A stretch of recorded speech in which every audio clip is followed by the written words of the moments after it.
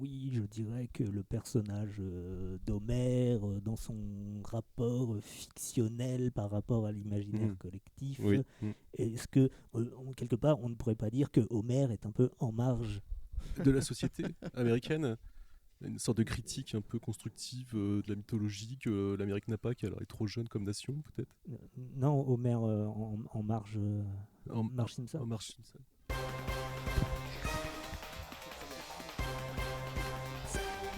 Bouillon! Bonjour et soyez les bienvenus dans ce 116e épisode de Comics Outcast, podcast bimensuel indépendant qui s'intéresse aux comics et à leurs univers pour donner envie de les découvrir et de les partager dans la bonne humeur et la mauvaise foi avec ce groupe-là. Je me présente, je suis Eric pour animer cette émission et avec moi il y a Zef, Nivrae, Queutrus et Ben et Grégo pour les seuls avec des noms normaux. Nous sommes aujourd'hui dans un lieu exceptionnel parce que nous enregistrons au Louvre-Lens dans les Hauts-de-France. Oui, on m'a demandé de préciser où se trouvait Lens. C'est dans le nord de la France. Nous avons été invités dans le cadre de l'exposition Homère qui se tient ici même jusqu'au mois de juillet et nous sommes honorés de pouvoir participer à cet événement. Merci à celui qui nous a invités. Et pour ne pas passer pour des idiots, nous sommes ravis d'avoir à nos côtés Luc Pirala, qui est le co-commissaire de cette émission. Bonjour. Bonjour. Alors, est-ce que Bonjour tu à peux nous dire en quelques mots ce que tu fais dans l'exposition et comment est-ce qu'elle est venue à exister? alors moi je suis effectivement co-commissaire de l'exposition, donc je suis directeur adjoint ici, je suis conservateur du patrimoine, donc un conservateur c'est à la fois celui qui s'occupe des œuvres mais aussi celui qui s'occupe des équipes pour vite replacer. Et effectivement on est amené de temps en temps à travailler sur des sujets d'exposition et être commissaire finalement c'est être un peu l'auteur de l'exposition, c'est celui avec ses collègues qui va finalement faire le propos, choisir les œuvres, faire que tout tient ensemble et que finalement il y a une cohérence dans ce qu'on dit et dans la visite que vous faites. Pour la question de Homère comme sujet, c'est un sujet qui traînait un petit peu depuis longtemps. En fait, c'est un sujet qui, pour un historien de l'art, est un sujet un peu, comment dire, incontournable, si vous voulez. Et c'est vrai qu'en fait, on se demande pourquoi il n'y a pas eu d'exposition finalement sur ce thème depuis plus longtemps que ça.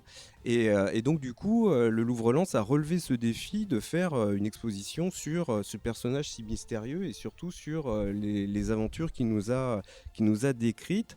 Et voilà, donc du coup, c'est la première rétrospective majeure sur le sujet. C'est intéressant pour nous, puisque vous savez que le Louvre-Lens, c'est le Louvre autrement, c'est-à-dire le Louvre dans un territoire particulier qui n'est pas habitué à la culture et la plus haute culture. Et c'est vrai que Homère, c'est finalement voilà, des références culturelles très très hautes, mais accessibles à tout le monde. C'est en tout cas ce qu'on a voulu faire et c'est aussi pourquoi on en parle ici. Et je suis ravi de vous accueillir pour qu'on en parle justement. Eh ben, on est content de t'avoir avec nous pour reparler justement, je répète exactement ce que tu as dit. Quel est le rapport entre les super-héros, les comics et Homère? Eh bien en fait tout, absolument tout. Au même titre que dans la littérature, le théâtre ou le cinéma, l'inspiration grecque sur les œuvres d'aujourd'hui n'est plus à démontrer et le comics n'est pas en reste. Car on ne s'en rend pas compte tout le temps, mais les super-héros sont bien des versions modernes de nos héros classiques grecs. On va regarder ensemble, autour d'une poignée de titres, comment les super-héros rendent hommage, et les auteurs surtout, rendent hommage à Homère. Et pour cette émission, on a choisi 5 thématiques très rapides pour faire ces rapprochements. La naissance du héros, avec le personnage de Wonder Woman. Le voyage et le retour chez soi avec Black Science. L'initiation avec Shazam. Les divinités avec Thor et Superman. La descente aux enfers avec Dark Phoenix et Hellboy aux enfers. On aurait pu le deviner avec le nom du personnage. Et pour finir, la mort dans le comics avec Civil War, que vous avez peut-être vu au cinéma mais qui n'a pas du tout la même fin. Comics Outcast numéro 116, c'est parti.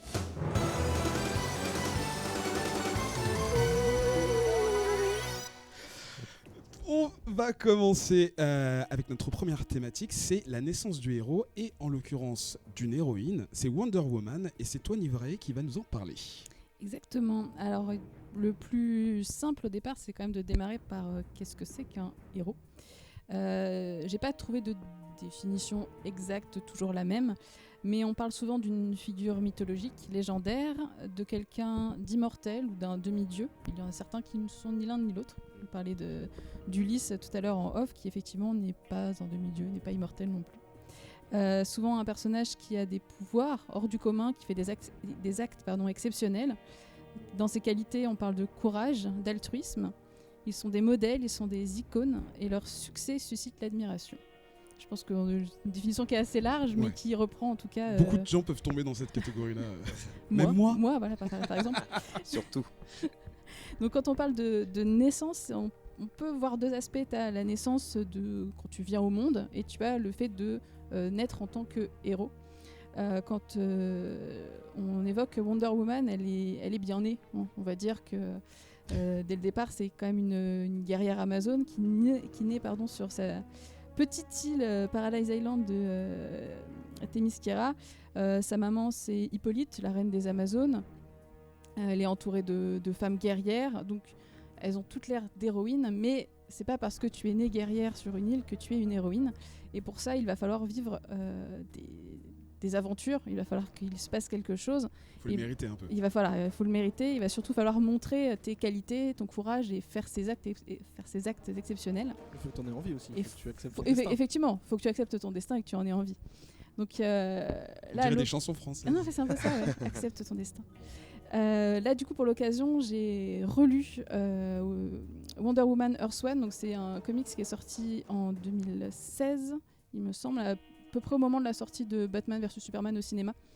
Il y a un tome 2 qui est sorti depuis et on attend le tome 3. Avec un peu de chance. Voilà, avec un peu de chance, on l'aura peut-être l'année prochaine ou dans 2 ans ou peut-être, je ne sais pas, un jour. Qu'est-ce que raconte ce comics ? C'est toujours, on démarre sur l'île. Wonder Woman, c'est une jeune rebelle au milieu de toutes ces guerrières. Elle est forte, elle est la fille de la reine, elle a tout pour elle. Et il va se passer un petit quelque chose qui va changer sa vie et qui va la faire devenir une héroïne. Donc elle va, comme dans à peu près toutes les versions de Wonder Woman, il y a un homme qui arrive dans le milieu de ces femmes, élément perturbateur, qui vient du monde des hommes en pleine guerre. Et donc elle va repartir avec cet homme-là pour aller apporter la paix dans le monde des hommes, qui est un monde soit en pleine seconde guerre mondiale, soit c'est toujours la guerre de l'autre côté. Et c'est comme ça en fait qu'elle devient une héroïne. C'est parce que elle quitte tout, elle quitte sa famille, elle quitte tout ce qui lui est cher, et elle va arriver dans ce monde inconnu, et elle va apporter la paix. Elle va faire de multiples actions, de petites actions, d'actes héroïques. Ça va être... alors là, dans Wonder Woman Earth One, tu vas avoir des histoires d'espionnage ou comme ça, mais tu vas aussi avoir des actions un peu plus côté féministe, puisque le comics est quand même très récent. Ouais. Et en fait, c'est toutes ces multiples actions qui font d'elle un personnage qui est visible publiquement et qui font d'elle une héroïne, puisqu'elle devient une image et une icône aux yeux de tout le monde, puisqu'elle est forte, elle est belle, elle a ses pouvoirs qui viennent alors de son lasso de vérité, qui viennent de ses super bracelets qui lui permettent d'éviter des balles, par exemple, dans les combats. Et donc on a vraiment la naissance d'une héroïne qui, au départ, elle est bien née, mais c'est pas une héroïne de naissance, elle devient vraiment une héroïne. Elle acquiert ses faits de guerre, enfin ses faits au contraire d'héroïsme au fur et à mesure, petit à petit, c'est ça ? Exactement. Et donc on parlera après, plus tard, des voyages initiatiques et de comment un héros grandit en fait dans ses actions. Mais c'est vraiment ça qu'on retrouve dans Wonder Woman, c'est le fait d'être bien né au départ, comme Achille par exemple, comme alors Ulysse, je ne sais pas s'il était bien né ou pas dans l'Odyssée, mais en tout cas oui, comme beaucoup de héros qu'on retrouve dans la mythologie, c'est tu es bien né, mais après ce sont tes actions qui vont faire que tu deviens un héros. Et pour ça, j'ai aussi parlé d'un deuxième comics qui s'appelle Le Héros de David Rubin, qui alors là, c'est un peu plus simple, puisque dès le début, le héros s'appelle quand même Héraclès. Hein. C'est en fait une révision du mythe des 12 travaux d'Héraclès, donc d'Hercule. Version très modernisée, ils ont des smartphones et des extraterrestres. C'est quand même une version un peu modifiée. Mais c'est pareil, il a beau être bien né, demi-dieu, il n'est pas né héros, et il le devient au fur et à mesure, et surtout au fur et à mesure de ses travaux. Et il dit même quelque chose, je ferai une petite citation, j'aime bien faire ça. Il dit qu'il est un héros parce qu'il a décidé et pas parce qu'il y a une intervention divine. En fait, il explique vraiment que oui, il est bien né, il a eu tous ses pouvoirs, il a cette force, il a cette intelligence, mais il est devenu un héros parce qu'il a voulu et parce que ses actions ont fait qu'il est devenu un héros. Et donc c'est ça, on le retrouve très souvent dans les comics, c'est pas parce que tu as tes pouvoirs que tu vas forcément faire le bien et être un héros. Et donc que ça soit là dans Wonder Woman, que ça soit dans le héros de David Robin, et dans je pense la plupart des comics dont on va parler là, tu peux naître bien, mais tu nais un héros que quand vraiment tu mets en place toutes ces actions et que tu fais le bien autour de toi. Il y a aussi des... Pardon. Non, je disais, c'est souvent ça, il y a toujours un moment de l'histoire où le héros va soit perdre ses pouvoirs, soit être plus bactère, soit se faire battre par quelqu'un, et c'est dans l'adversité qu'il va prouver qu'il est vraiment un héros. Wonder Woman a même perdu ses pouvoirs un moment, je crois que c'était dans les années, j'ai noté les années 60 à peu près. En gros, c'est pour la sécurité de son peuple, elle perd ses pouvoirs. En gros, c'est si tu veux sauver ton peuple, tu perds tes pouvoirs. Donc du coup, c'est un sacrifice. Elle renonce complètement à tout, mais du coup, elle reste une héroïne parce qu'elle a tout sacrifié pour son peuple. Ouais. Luc ? Pardon.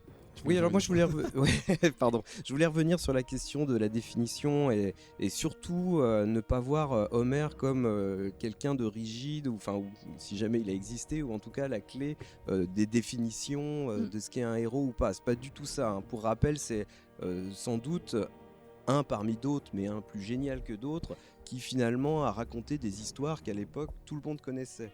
Hein. Donc il raconte une histoire et il n'est pas dans la définition d'un tel qui est un héros pour telle ou telle raison et pour tel ou tel pouvoir ou à tel ou tel moment. Par contre, ce qu'on sait, c'est qu'il raconte une sorte d'âge d'or, c'est-à-dire un moment passé où effectivement il y a quelque chose qui a changé par rapport à l'époque où il est lui, c'est que les hommes sont plus près des dieux. Oui. Ça, c'est une certitude, et c'est la raison pour laquelle, effectivement, les dieux peuvent interagir. Donc j'ai dit que c'était un âge d'or, n'est-ce pas, qu'Homer nous raconte, et que effectivement, ils sont tellement proches des hommes qu'ils interagissent avec eux, qu'ils peuvent se battre, et effectivement aussi avoir des enfants. Et on a une certaine partie des héros, ça en deviendra presque la définition d'ailleurs par la suite, qui sont effectivement des enfants de Dieu. Donc Achille est effectivement le fils d'une déesse qui est Thétis, ou Énée côté troyen, qui est la fille d'Aphrodite, le fils d'Aphrodite. Et donc voilà un petit peu le héros chez Homer est plutôt un état de fait. Et au fond, on le voit accomplir un certain nombre d'actions, mais qui sont liées finalement plutôt aux circonstances. Je pense à la guerre de Troie évidemment, qu'à un moment initiatique qui véritablement va le faire changer. Enfin, il me semble. Exactement, et on en parlait tout à l'heure, donc on a fait le tour de l'exposition, on parlait d'Achille en particulier, qui effectivement, on parlait tout à l'heure d'actes exceptionnels, donc lui il en a fait, alors de par sa force, mais il a aussi, comme beaucoup de héros, et comme on le voit sur les super-héros, des côtés plus sombres après. Je ne sais pas si on reviendra sur Achille précisément. C'est vrai que la notion de super-héros, il y a une question effectivement de super-pouvoir et donc de super-responsabilité par rapport au reste de la société, notamment ceux qui n'en ont pas. Alors c'est vrai que chez Achille, c'est pas du tout ça. Donc effectivement, c'est un guerrier, le guerrier ultime, plus ou moins vulnérable, parce que Homer ne nous parle pas de cette fameuse invulnérabilité en fait. Mais il est vraiment, j'allais dire, obsédé par des choses qui le concernent lui. C'est-à-dire qu'il va renoncer à la guerre de Troie parce qu'on lui a manqué de respect en lui retirant sa fameuse esclave, et puis il va retourner au combat, pas du tout pour prendre Troie, donc pas du tout pour des enjeux qui concernent finalement les autres Grecs, mais pour venger la mort de son compagnon Patrocle. Vous voyez, donc c'est un super-héros, mais en fait il a aussi des défauts. Son défaut, c'est qu'il est effectivement très colérique, et puis qu'au fond, rien d'autre ne l'intéresse que lui. Hein. Et pour juste refaire un petit lien entre Achille et les Amazones, j'ai découvert dans un texte qui vient après l'Iliade, puisque l'Iliade s'arrête à la mort d'Hector, si je ne me trompe pas. Oui. Il y a un texte où en fait une Amazone, qui est en fait la sœur d'Hippolyte, qui correspond un petit peu à la maman de Wonder Woman, hein, quand même. Penthesdilé, qui a tué sa sœur Hippolyte d'un coup de javelot à la chasse, une petite erreur de course on va dire, qui est tellement dans le regret, ça ne va pas, elle s'enfuit en fait de son île, et elle se retrouve en plein milieu de cette guerre et décide d'aller tuer Achille parce qu'elle se dit qu'elle est la plus forte et que pourquoi pas, peut-être que ça marchera. Bon, bien sûr, elle se fait massacrer. Hein. Voilà, je spoil un peu. Mais effectivement, les Amazones apparaissaient déjà à la période de l'Iliade. Elles sont pas évoquées dans les textes d'Homère. Il y a peut-être, je crois, une citation à un moment, mais elles sont vraiment pas dans les textes d'Homère. Mais effectivement, dans l'histoire et dans les chants autour, en tout cas, effectivement, elles sont évoquées, dont un très gros massacre, puisqu'il me semble qu'elle était accompagnée, je sais plus, peut-être d'une dizaine d'autres Amazones qui se sont fait massacrer en même temps qu'elle. Voilà, les Amazones. Du coup, moi j'avais une question qui avait rien à voir, je suis désolé, elle vient là parce qu'on parlait d'Hercule. Comment on doit appeler, enfin là on parle de mythologie grecque, en grande majorité, pourquoi est-ce qu'on l'appelle Hercule dans le langage courant et pas Héraclès comme... Parce que de temps en temps, on a gardé effectivement des appellations qui sont plutôt latines que grecques, et de la même manière que vous appelez plutôt Mercure par rapport à Hermès. Voilà, ça c'est des choses qui sont liées effectivement à la transmission. Quand même ici, on est, le français est quand même une langue plutôt issue du latin, et donc du coup effectivement culturellement on a gardé des appellations plutôt latines que grecques. Il n'y a pas de combat entre latinistes et amateurs d'histoire grecque qui disent non, il faut que tu dises Hercule et pas Héraclès, ou Héraclès et pas Hercule. Non, les gens s'en fichent. Non, mais il y a eu par contre historiquement cette affaire-là. Enfin, la question de la connaissance d'Homère dans l'histoire était très liée à la connaissance finalement du grec, et en fait on s'aperçoit que les lettrés dans l'histoire, notamment ici en Europe occidentale, étaient plutôt latins, et il y avait même une citation qui moi me fait beaucoup rire, mais finalement elle fera rire que moi, je pense ici, qui est Grecum est non legitur, c'est-à-dire en fait c'est du grec donc ça se lit pas quoi. Ouais, je pense juste que Pif et Héraclès ça serait moins bien vendu comme BD. Deuxième sujet aujourd'hui. On poursuit notre exploration des comics avec le voyage et le retour à la maison, en tout cas la tentative avec Black Science. Est-ce que tu peux nous présenter le comics ? Là, on sort complètement de nos classiques Marvel et DC, on va chez un autre éditeur. Est-ce que tu peux nous présenter le comics ?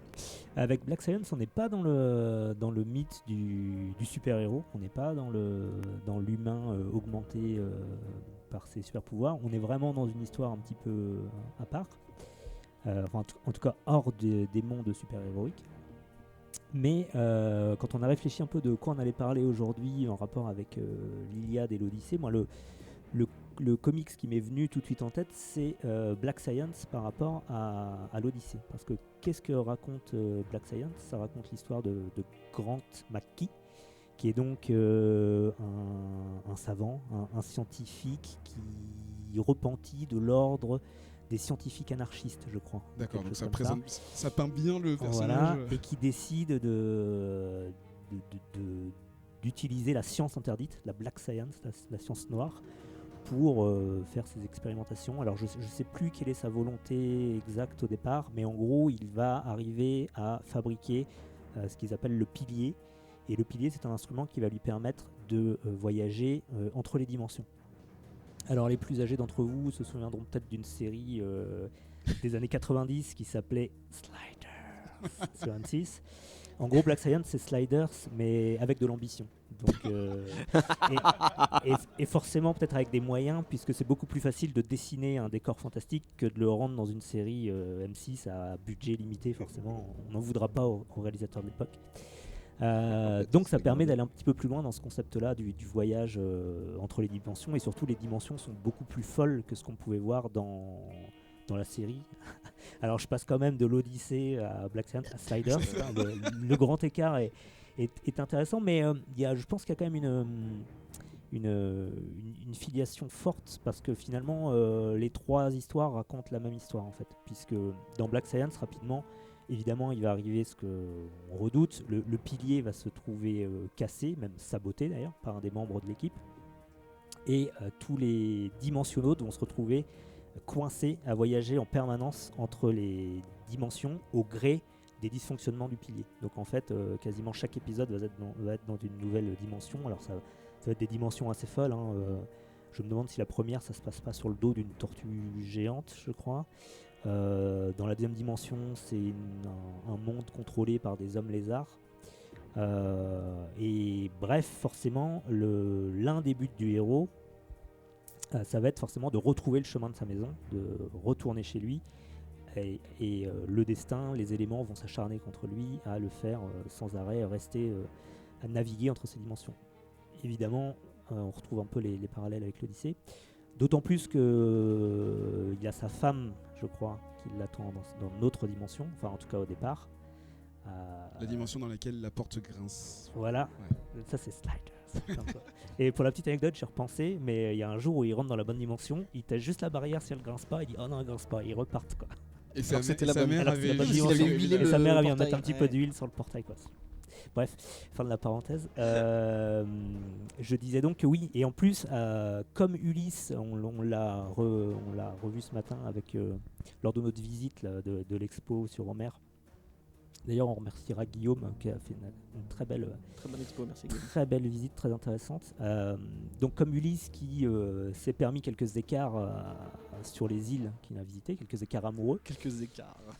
c'est pareil, notre héros se trouve avec son ancienne maîtresse, je crois, dans l'équipe. En gros, avec lui, il emmène son ancienne maîtresse, la personne qui a financé ses recherches, qu'à dire, et ses 2 enfants. Parce que quoi de mieux que de voyager avec des enfants en bas âge pour les mettre en danger et essayer de les sauver en permanence. Donc voilà un peu le contexte et voilà pourquoi moi j'ai eu envie de parler de Black Science. C'est un comics que j'aime beaucoup. Et vas-y. Non, excuse-moi, tu vas question. Mais intervenir. du coup, il Interviens. se perd alors donc. Oui, ils sont perdus. ouais. Ouais, il se perd. Exactement. Il essaye de. D'accord, c'est pas genre. Ouais. C'est pas vraiment. C'est un voyageur, mais. Le premier malgré voyage lui, quoi. est volontaire, mais ça part tout de Ensuite. suite mal. C'est-à-dire qu'il n'y a pas de deuxième voyage et donc ils sont perdus. Et c'est pour ça que j'ai eu envie de parler de ce comics dans le cadre de l'Odyssée. D'autant plus qu'en travaillant un petit peu, je me suis aperçu que chaque tome est intitulé en référence à l'Odyssée d'Homère, le tome 1 s'appelant est-ce que j'ai bien le prononcé, Charybde à Scylla, qui sont deux monstres légendaires qui attaquent Ulysse, je crois, dans l'Odyssée. Et puis chaque tome, c'est une référence. Le tome 3 étant directement appelé l'impossible Odyssée, donc comme ça au moins on est fixé. Voilà, c'est bien dessiné, c'est haletant, il se passe énormément de choses dans chaque numéro. C'est une grosse reco. Et C'est fini. C'est terminé. La je série crois que est c'est terminée. terminé. Alors je vais spoiler la fin, je l'ai pas encore fini moi-même. Je crois que c'est terminé, en tout cas ils en sont au tome 9 et moi j'en suis pas encore au tome 9. Et je voulais aussi dire que pourquoi j'ai accroché, je pense qu'au fond de moi, j'ai remonté loin encore, mais je crois que quand j'étais petit et que je regardais Ulysse 31, j'étais fasciné par cette histoire d'équipage et de héros perdus. Et je pense que ça a dû toucher aussi quelque chose de mon enfance et de ma nostalgie là-dessus. Et comme quoi ce sont des histoires peut-être à la fois intemporelles et à la fois qui vont parler à beaucoup de gens. Ouais. Petite question, mais du coup, ils sont sans spoil, ils sont perdus pour des raisons métaphysiques ou techniques ou Pour quoi. des C'est raisons techniques. ok, c'est pas comme dans l'Odyssée où c'est plus ou moins les dieux qui font en sorte qu'ils rentrent pas chez lui. Quoi. Est-ce qu'on peut considérer un dieu comme une raison technique? Est-ce que la science est un dieu? Oh, C'est tellement là, pas le sujet. ouais. Bien, oui, alors que Mixot. Ok, non mais c'est pas quelqu'un de foncièrement représenté qui l'empêche de rentrer chez lui, c'est plutôt. Alors dans la pratique, si. Ok, Il y a on va un saboteur pas- dans l'équipe, je ne vais D'accord, pas en dire d'accord, plus, très je vous invite à lire. Et du coup, oui, ça m'a rappelé ces histoires de quand j'étais gamin, et je pense que c'est des histoires qui me parlent beaucoup. J'ai cherché d'autres titres qui pouvaient un peu se ranger dans ces voyages un petit peu, cette quête du retour à la maison.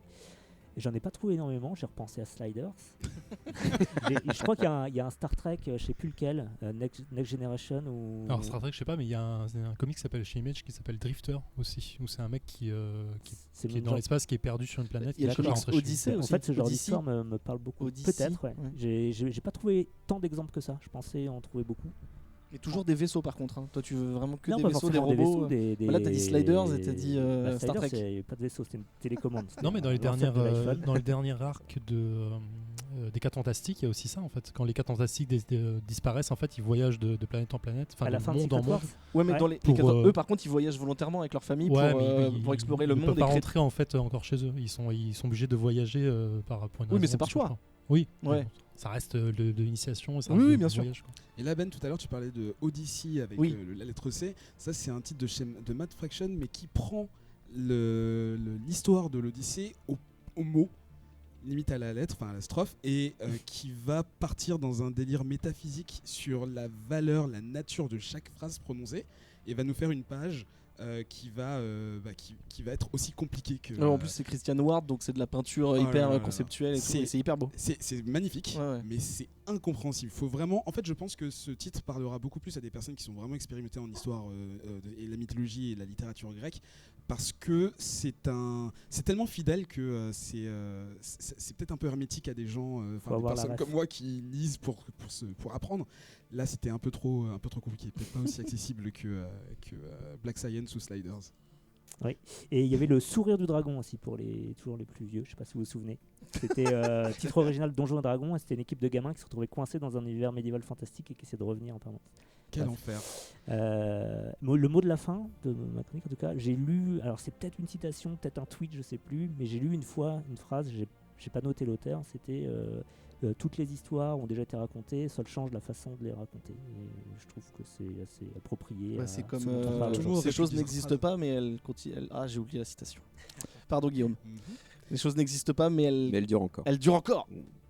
Voilà.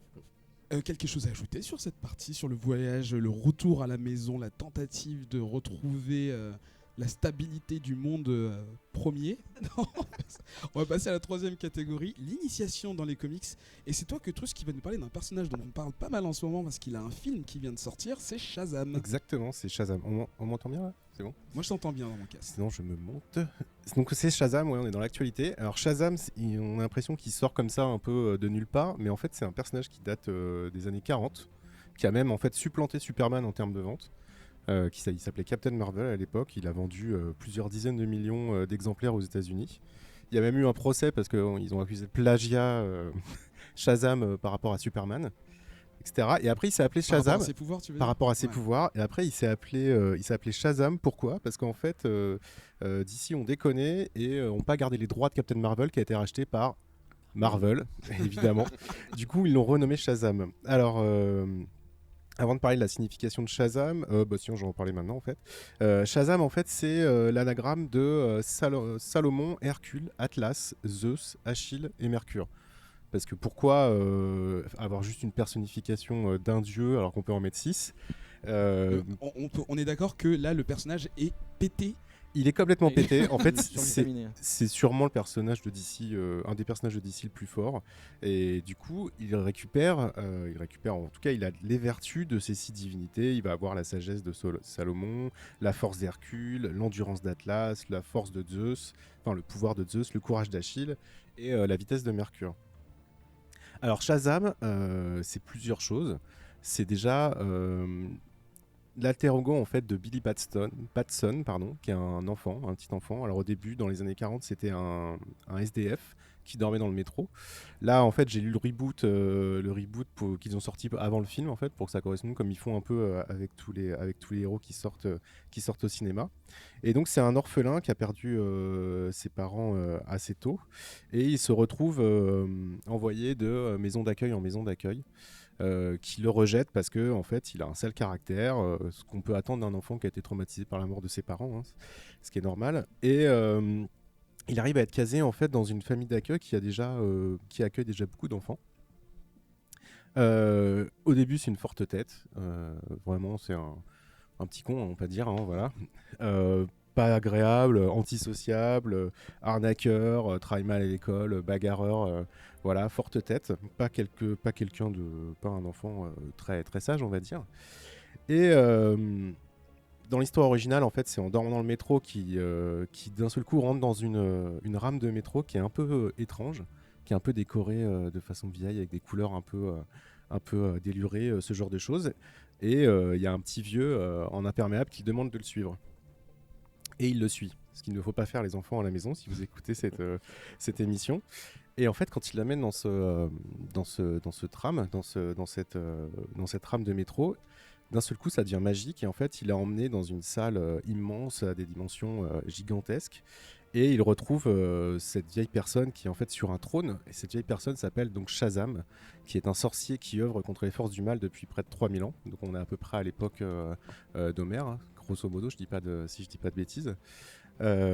Et en fait, il lui dit qu'il va devoir incarner les vertus de tous ces dieux et il va devoir lutter contre le mal. Et pour ce faire, il doit dire Shazam, ce qu'il fait, et il se transforme en Shazam, donc en adulte, avec un costume rouge et un éclair sur le torse, et il devient surpuissant. Donc il qu'est-ce que fait un enfant, voilà, c'est ça. Alors justement, qu'est-ce que fait un enfant?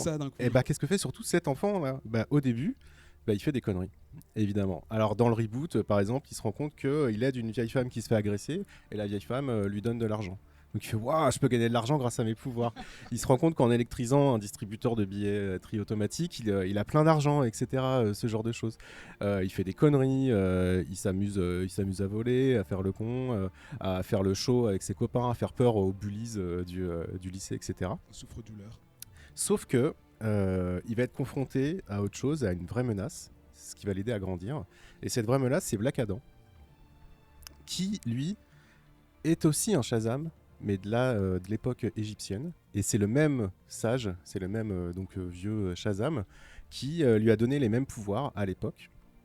Alors c'est pareil, hein, c'est l'anagramme de Shu, Eru, Amon, Zeuti, Aton et Meuri, j'ai du mal à me relire. Pareil, donc c'était à l'époque de Ramsès II, et ce Black Adam, qui s'appelait Shazam à l'époque, a aussi lutté contre le mal, et a lutté contre les forces du mal. Mais à la mort du pharaon, il a commencé à utiliser ses pouvoirs pour ses propres besoins, merci. Et il fut on lui retira ses pouvoirs, qui seront mis dans une bague enterrée dans la tombe de Ramsès II. Pourquoi les gens détruisent pas les catalyses de pouvoir? Parce comme que ça, sinon il n'y a pas d'histoire. Tu peux pas, souvent c'est indestructible. Tu peux pas, ouais. Et donc à l'ère moderne, donc en tout cas dans le reboot, dans l'histoire originale, c'est les parents de Bill Batson qui récupèrent la bague dans un tombeau. Mais là dans le reboot, en fait, c'est le docteur Sivana qui est un de ses ennemis jurés, qui est un savant fou et qui lui sait qu'il y a de la magie. Il arrive à observer des phénomènes un peu paranormaux, parce que avant que le vieux Shazam demande à Billy de venir, en fait, il a pris plein de gens un peu partout dans le monde. Des mecs qui étaient dans un ascenseur, dans les toilettes, et d'un seul coup, ils sont confrontés à lui, puis renvoyés parce qu'ils sont pas assez vertueux. Ou en tout cas, ils n'ont pas assez de potentiel pour le devenir. Et donc, il cherche et il trouve cette tombe et il libère Black Adam en anglais. Qui lui, en tout cas, sait déjà utiliser ses pouvoirs et pas un enfant, et va commencer à utiliser ses pouvoirs pour faire le mal. Donc en fait, Billy va se retrouver confronté à son alter ego, et c'est ce qui va l'aider à le faire grandir. Il va se rendre compte que, alors ça paraît un peu basique, mais il va se rendre compte que c'est pas ses propres intérêts qui priment, que sa famille, en tout cas les enfants qui sont avec lui dans la famille d'accueil, il doit les protéger, il doit les aider. En fait, il va mûrir en incarnant Shazam. C'est-à-dire que on peut imaginer déjà le traumatisme d'un enfant qui devient un adulte avec des pouvoirs surhumains, et en étant confronté à une vraie menace, en fait, il va mûrir et il va absorber un peu les vertus de ces divinités dont il a à nouveau le pouvoir. Parce qu'en fait, le truc, c'est qu'il hérite de ses pouvoirs sans le mériter dans un sens, mais qu'il apprend à les mériter, à être... Exactement, ouais. C'est ça. D'accord. Quelque chose à ajouter? Non, c'était... ajouter quelque chose sur Shazam. Quelqu'un a vu le film? Oui. Tu l'as vu? Oui. En 2 mots, qu'est-ce que t'en as pensé? En fait, tout ce qu'il a raconté, c'est ce qui se passe dans le film. Non, mais là, en fait, l'avantage. Il a triché, il a pas travaillé. Je l'ai pas vu le film. Il a été voir le film. Non, mais l'avantage, en fait, il y a assez peu le côté mythologique, le côté. Il y a de la magie et tout, mais il y a des pouvoirs, mais c'est surtout axé sur les enfants, le fait qu'ils soient orphelins et qu'ils soient en galère, et comment ils apprennent à grandir, donc, et à devenir des héros du quotidien, tu vois. Mais du coup, il y a quand même cette notion héroïque, super héroïque. Mais c'est pas spécialement épique ou spectaculaire, ça reste parce qu'ils l'ont anglais comme un film pour la famille, quoi. Ouais. Voilà. Et du coup, mais c'est cool, petite question, c'est pas un piège, mais est-ce qu'on retrouve des enfants héros ou des enfants qui ont des pouvoirs qui les dépassent, en tout cas au moment où ils les reçoivent? Est-ce qu'il y a des... Dans les épopées d'Homère, non, il n'y a pas des choses comme ça. Mais je voulais rebondir sur une autre chose, c'est la question effectivement de l'adversaire qui finalement caractérise... Oui, pourtant, je voulais revenir sur les adversaires, du coup, voilà. Comme il a été dit là pour Shazam, et pour faire le distinguo avec finalement ce qu'on a dans Homer, et notamment dans l'Iliade ou la guerre de Troie. C'est-à-dire que, effectivement, j'allais dire, aujourd'hui, on a tendance à voir le héros comme les autres, les gentils contre quelque part les méchants. Hein, et en fait, quand on lit l'Iliade, on a beaucoup de mal à voir. Et c'est d'ailleurs difficile à expliquer aux enfants, parce que les enfants vont demander c'est qui les méchants, c'est qui les gentils. Dans l'Iliade, c'est impossible à savoir, quoi. Et donc les héros sont de chaque côté. Et ce qui est intéressant finalement à voir, c'est que finalement Homère, qui est grec hein, quand même si on ne sait pas d'où il vient, mais enfin c'est plutôt le grec, va créer le vrai héros au sens le plus moderne du terme. Dans le sens où, j'allais dire, le guerrier sans reproche, qui combat pour sa famille, pour sa ville, etc. Enfin, et puis qui a des vraies raisons de se battre, j'allais dire, c'est Hector. Et Hector, en fait, c'est le Troyen. Donc, en fait, j'allais dire, le vrai héros dans l'affaire de l'Iliade, c'est celui qui est en face. Vous voyez ce que je veux dire ? Mais sans forcément... Mais c'est pas lui qui va donner le sens, effectivement, du combat pour les autres.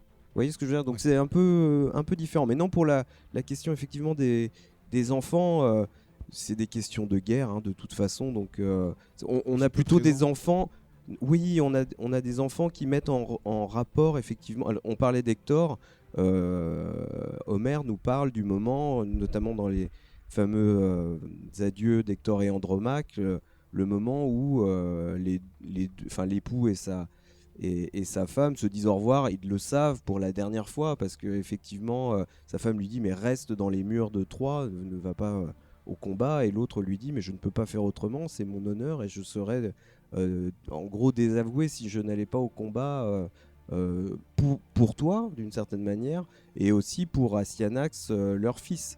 Et c'est vrai que du coup il va faire une prière aux dieux pour que son fils soit un plus grand guerrier que lui, et Homer nous le dit, il sera pas entendu. Ben ? Non. Ah, je sais pas si tu... En fait, je vais te donner la parole. Oui. Quatrième partie aujourd'hui, nous allons parler de la divinité dans les comics. Alors c'est marrant que tu fasses référence à Thor parce que c'est de ça qu'on va parler tout de suite. C'est toi Ben qui va prendre la parole.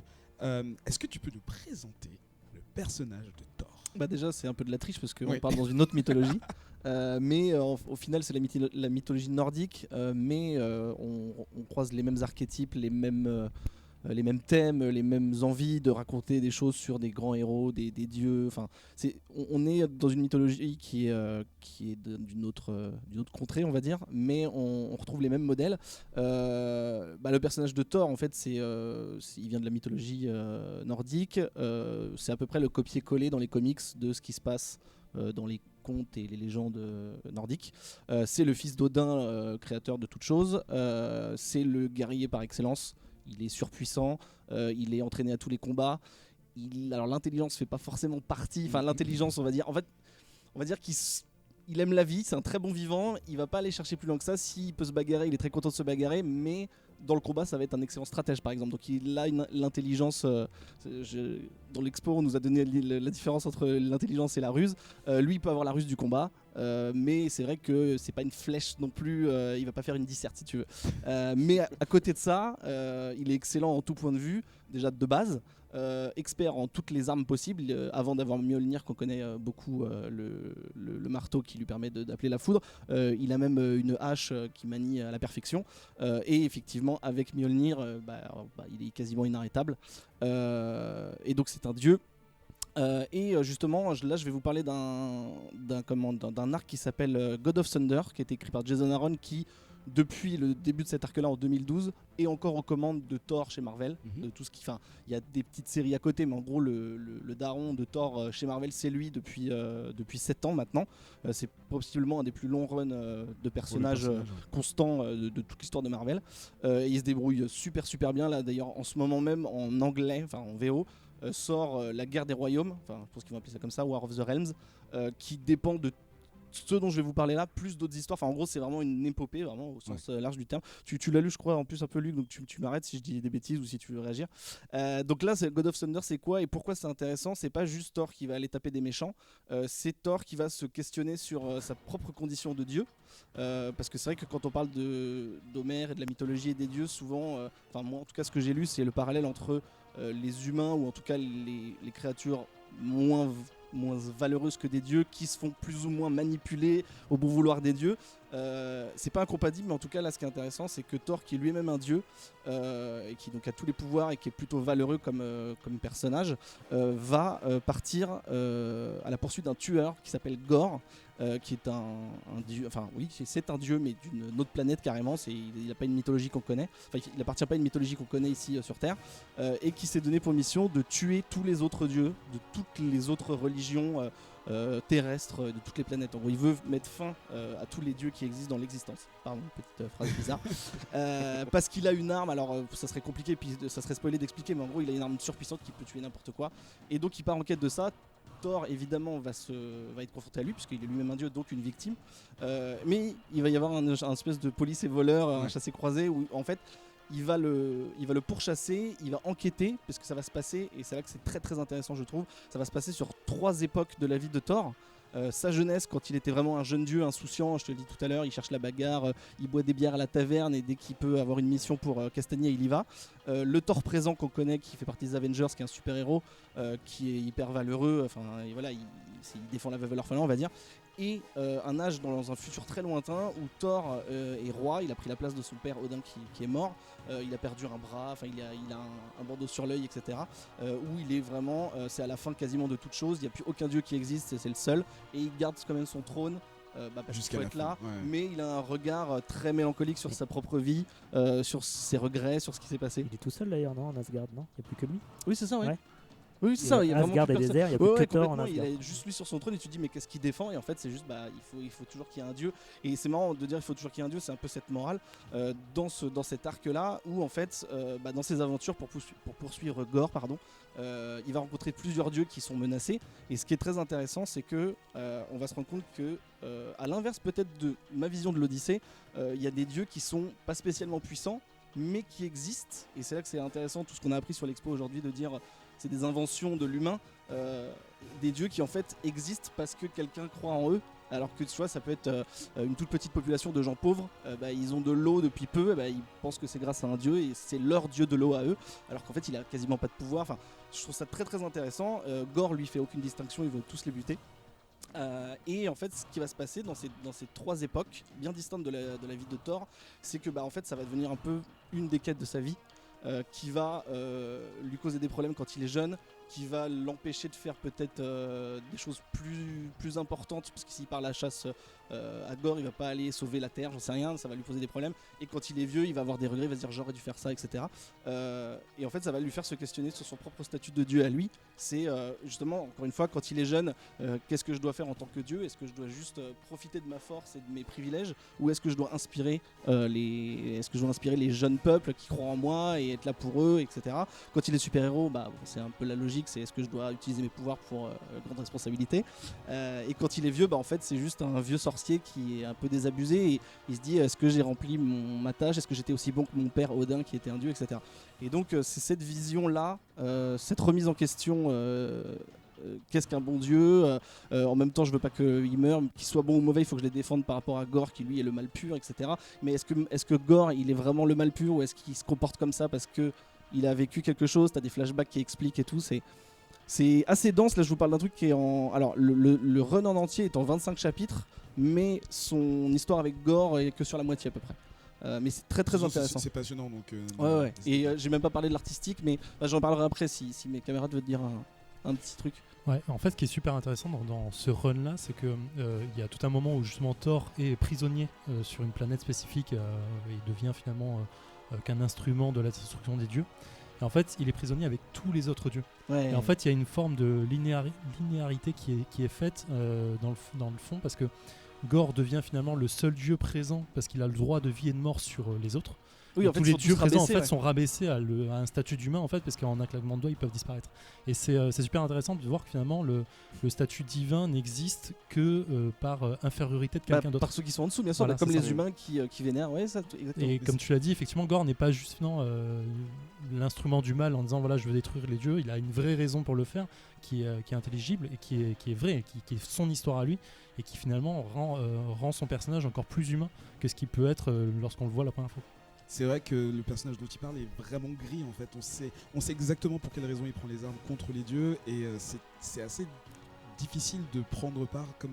C'est ce que disait Luc tout à l'heure. Effectivement, c'est pas manichéen ça. comme ça. Et juste un tout petit point, excuse-moi Ben, Ouais, sur tu parlais du fait que les gens ont besoin, enfin les dieux pardon ont besoin de fidèles pour exister.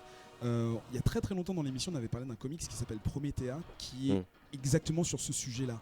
Comment est-ce que les histoires, raconter les choses, transmettre les chansons, les données, les poèmes, tout ce que vous voulez, ne se base que sur justement le fait d'échanger, d'écrire, de raconter, de rapporter, et que sans ça en fait tout disparaît. Et ce personnage de Promethea est un amalgame de toutes les écritures dans la mythologie grecque en fait. Bon, c'est Morrison, donc c'est très très prolifique.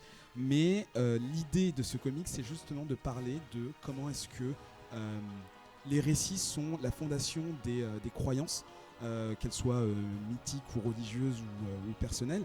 Et je conseille ce comics, même s'il est très très long. Je pense que ce serait beaucoup mieux en roman. Il est très très beau aussi. Il est beau, mais dur à déchiffrer. Mais c'est un comics sur cette thématique-là. Et je trouve que c'est intéressant de se poser la question de pourquoi est-ce qu'on continue à raconter des histoires. Mais en fait, c'est pour garder la mémoire. Pourquoi est-ce qu'on a cette mémoire? C'est parce qu'on lit des histoires. Et cette imbrication qui va dans les deux sens, je trouve ça passionnant.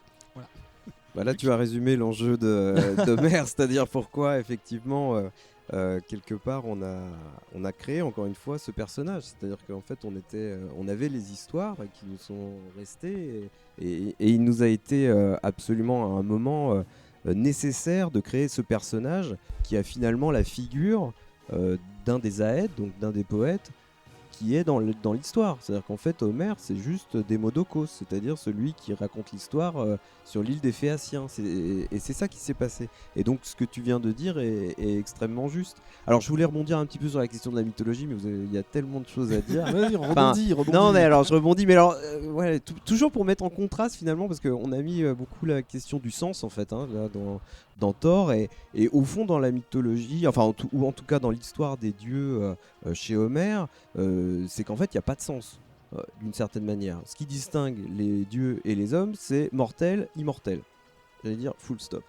Après, il y a plusieurs types de divinités, effectivement, le plus haut étant les divinités de l'Olympe, celles qu'on connaît, voilà, Zeus, Apollon, etc. Et puis après, effectivement, il y a tout un tas de divinités très très secondaires qui existent malgré tout, à commencer par les fleuves, par exemple. Tous les fleuves sont des divinités qui peuvent réapparaître au final. L'enjeu qu'il faut comprendre sur l'Olympe, c'est que Zeus veut garder son pouvoir. Ça, c'est le...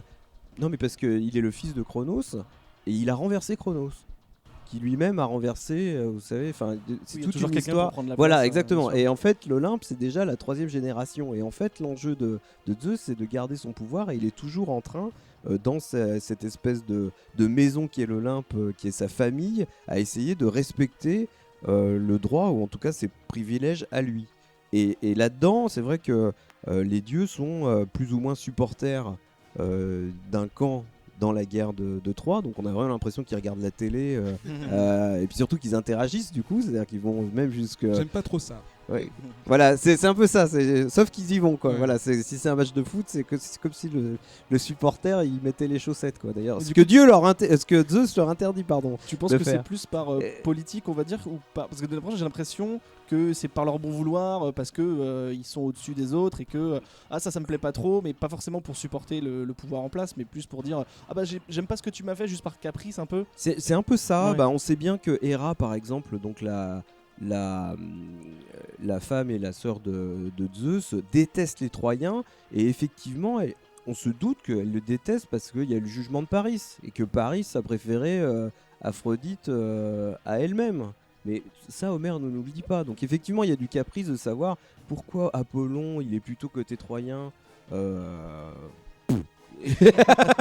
Effectivement, t'as l'impression que tu dis qu'il aime bien le maillot, quoi. Enfin, c'est un peu ça. Ça t'a plu ce truc dans Thor de questionner, qu'un dieu se questionne lui-même sur sa propre existence et responsabilités ou... Bah, c'est intéressant parce que ça nous pose des questions effectivement par rapport à la divinité aujourd'hui et telle qu'on peut la voir de manière assez mature. Et en fait, Homer nous raconte un autre monde et effectivement la question du sens à tout ça est en fait venue après. C'est-à-dire que je pense que lui, c'est difficile d'extrapoler, mais non, je mais pense que lui s'est pas posé la question, il voulait juste compter quelque chose. Ouais, c'est ça. Et je pense que ça le dérangeait pas d'avoir de raconter des histoires dans les mythologies qui sont absolument effectivement ridicules ou en tout cas très très domestiques. C'est-à-dire qu'effectivement tout ce qui est sérieux, t'as l'impression que c'est les mortels et puis quand tu vas au niveau immortel, c'est quand même un peu le bordel, quoi. Et un peu des histoires rocambolesques. C'est un petit peu ça, mais ça te gênait pas.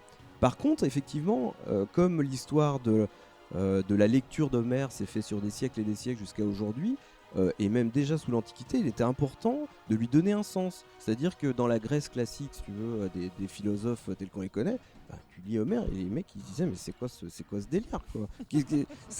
Et donc du coup, c'est là qu'on a commencé à allégoriser et à dire effectivement, en fait, ça représente des éléments primordiaux, et du coup on a commencé à donner un sens, si tu veux, autre, supérieur à ce que Homer nous racontait. Mais honnêtement, c'est très premier degré, hein, quand tu le... En gros, si nous on rencontrait Homer ou sa représentation, qu'on lui racontait ça, genre oui, avec détail, l'interprétation que nous on en a aujourd'hui, il serait surpris, quoi. Ah, je pense, ouais.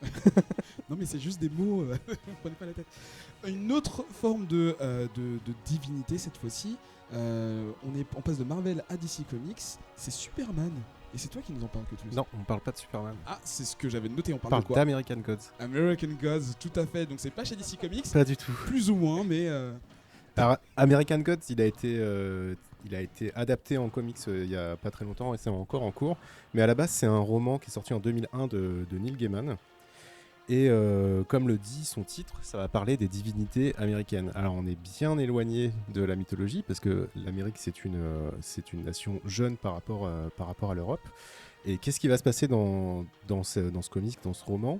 On va suivre Shadow, ou Ombre en français, dans la version française, qui sort de prison parce qu'il a commis un vol. Il s'est fait accuser à la place d'un de ses amis qui commettait exactement le même vol.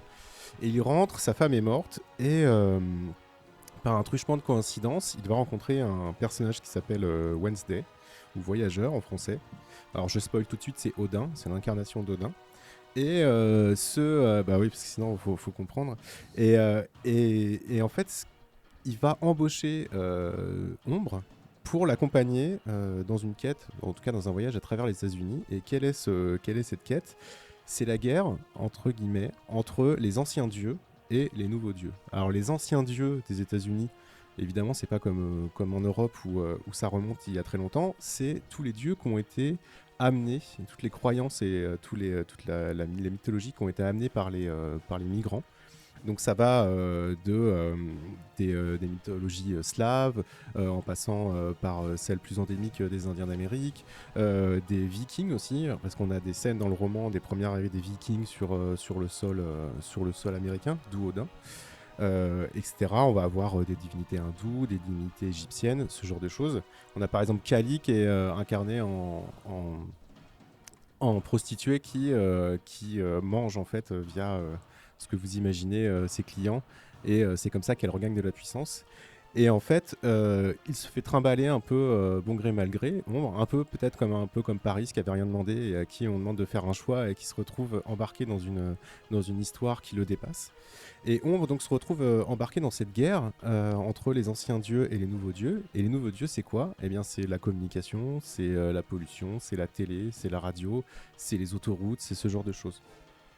Et en fait, Neil Gaiman va nous montrer un peu quelle est l'importance dans une société d'avoir ces croyances, d'avoir des repères entre guillemets mythologiques, et pourquoi d'ailleurs en Amérique ça a toujours été un complexe aussi, ils ont le complexe de ne pas avoir de château fort, ce genre de choses, de ne pas avoir d'histoire ancienne, et on aborde aussi, comme tu l'as dit tout à l'heure Eric, on en a discuté, sur le fait que qu'est-ce que l'existence d'un dieu, qu'est-ce que l'existence d'une déité, si ce n'est via ses croyants. Et en fait, il explique justement que ces anciens dieux, que Odin faiblit, devient de moins en moins fort parce que de moins en moins de personnes croient en lui.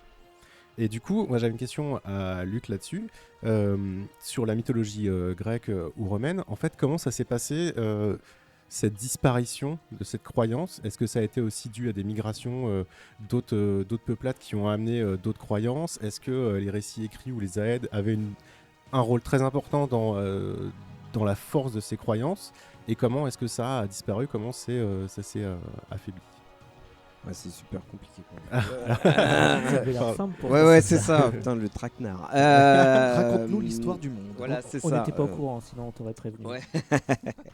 Bon, première chose, effectivement, on a une connaissance de ces dieux et de cette mythologie, j'allais dire, de récits à travers des poètes.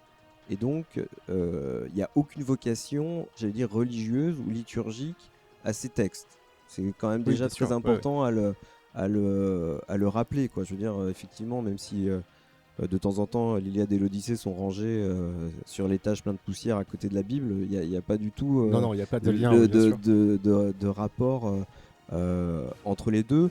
Bon, en ce qui concerne la question à la fin du paganisme et le début d'autres, j'allais dire au moment de l'Empire de romain, c'est-à-dire vraiment à ce moment-là où il y a tout un panel de cultures.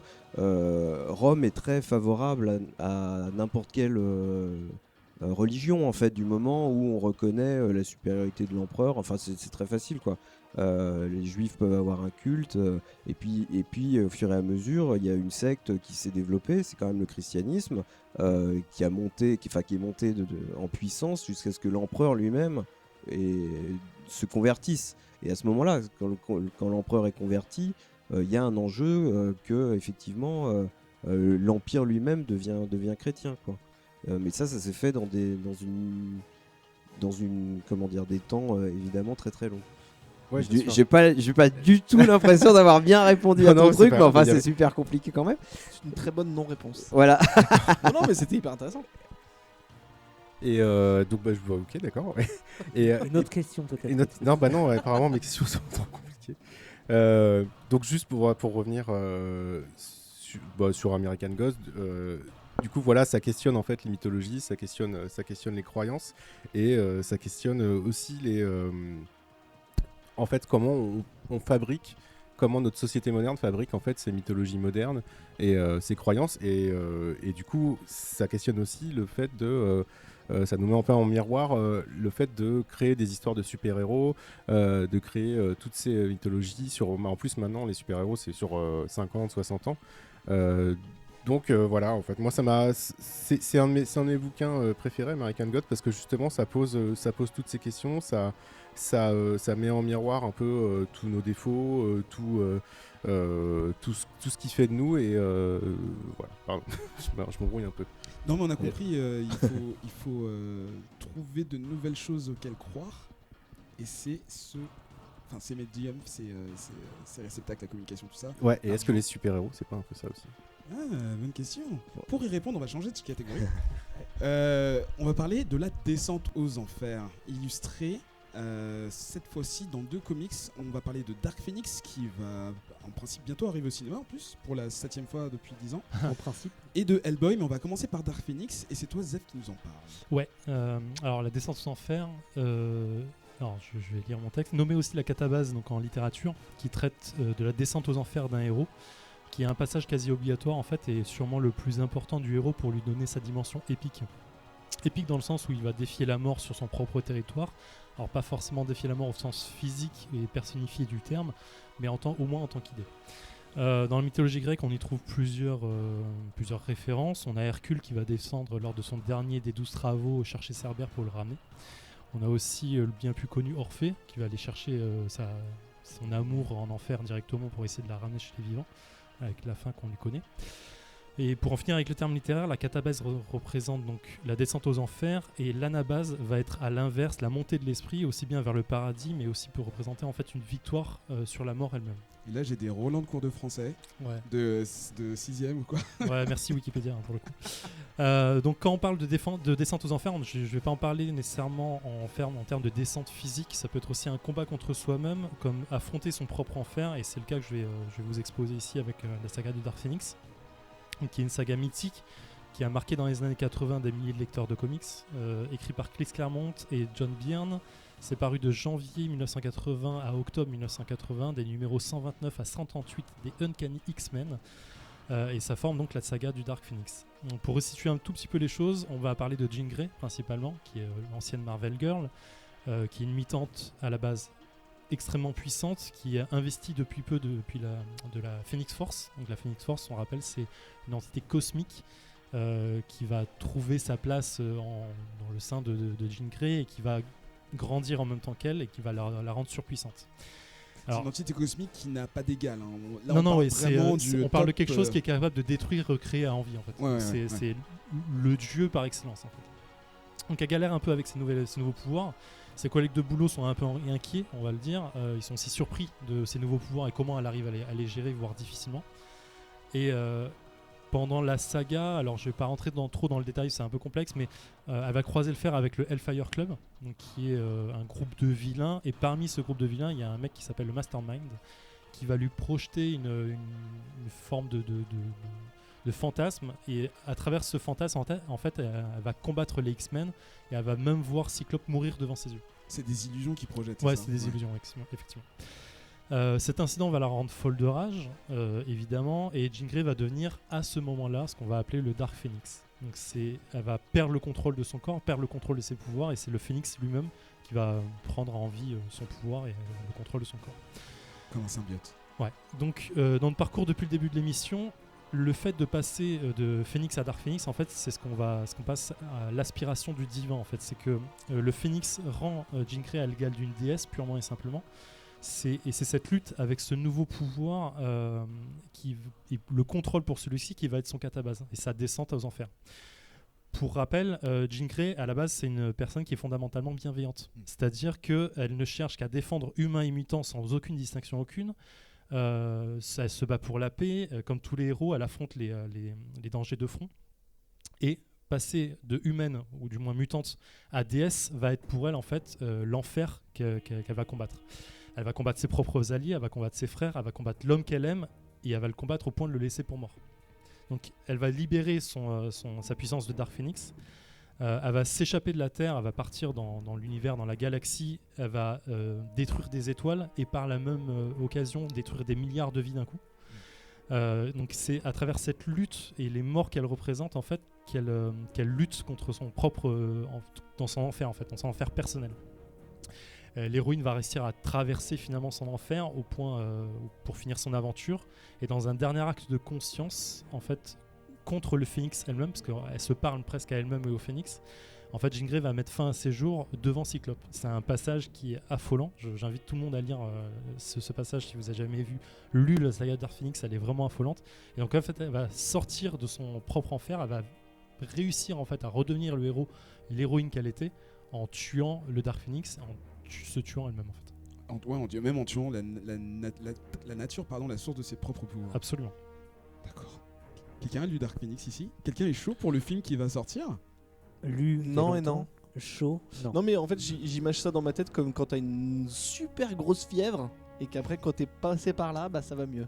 Je pense que c'est un peu une mise à l'égal du Dark Phoenix, la grosse fièvre. Oui, après il y a juste des milliards mais de c'est pour le personnes côté qui passage obligé en fait, ça te tombe dessus mais tu dois l'affronter entre guillemets. C'est le genre de fièvre qui va te faire tuer des milliards d'individus quand même. Oui, mais c'était une analogie c'est une fièvre Ebola, de pharmacie si tu veux. Alors est-ce que Hellboy passe par les mêmes travers quand il va aux enfers?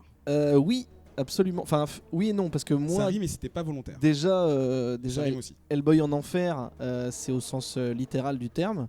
Je t'ai vu dans ta petite intro, t'as fait ton petit malin en disant, vu son nom, il était obligé d'aller en enfer, mais oui et non, surtout non, parce que depuis le début de son histoire, il refuse justement, il rejette toute responsabilité quant à l'enfer et à ses origines.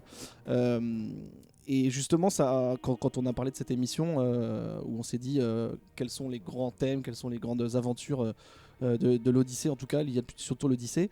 Je me souvenais de ce passage d'Ulysse en enfer, et effectivement, ça m'a directement fait penser à Hellboy en enfer, parce que comme l'a dit Zef, c'est un passage obligé, même si dans le cas d'Hellboy, il va en enfer à la suite d'un combat qu'il perd. En fait, il tue une bête, mais la personne, sans vouloir spoiler, la personne qui manipule cette bête lui arrache le cœur donc le fait mourir, même si par rapport à Hellboy c'est beaucoup plus compliqué que ça, mais en gros il va débarquer en enfer, et à l'inverse d'Ulysse qui y va de son plein gré, et c'est là que ça va être un voyage pour lui, et il va se rendre compte que c'est effectivement un passage obligé, parce que ça va répondre à certaines de ces questions existentielles qu'il refusait de se poser jusque là, par rapport à son destin, par rapport à son pouvoir, par rapport à ses responsabilités, etc.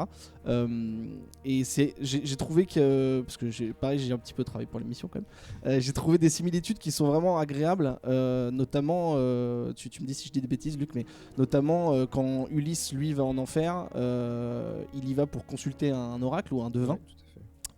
Et il croise par la même occasion des différentes personnes qui sont mortes de différentes manières, parce que je crois qu'il y a un genre de hiérarchie de la façon dont tu t'es comporté sur Terre, tu arrives en enfer de différentes façons, et Hellboy, c'est ce qui va se passer, c'est qu'il va rencontrer sa famille déjà, qui est là, bon eux sont pas morts parce que ce sont des démons, mais il va rencontrer sa famille qui font partie de son passé, puisque comme je l'ai dit, c'est quelque chose qui lui repousse depuis le début, il est en partie humain, et donc il a décidé d'embrasser sa partie humaine et de faire le bien et de pas être l'instrument de l'apocalypse, et il va rencontrer ses deux frères notamment, qui sont des personnes qui vont essayer de le corrompre, en tout cas qui vont essayer de le ramener à son ancien monde, et ça m'a fait un peu penser à ça quand Ulysse, je crois, il croise sa mère, je crois. Oui.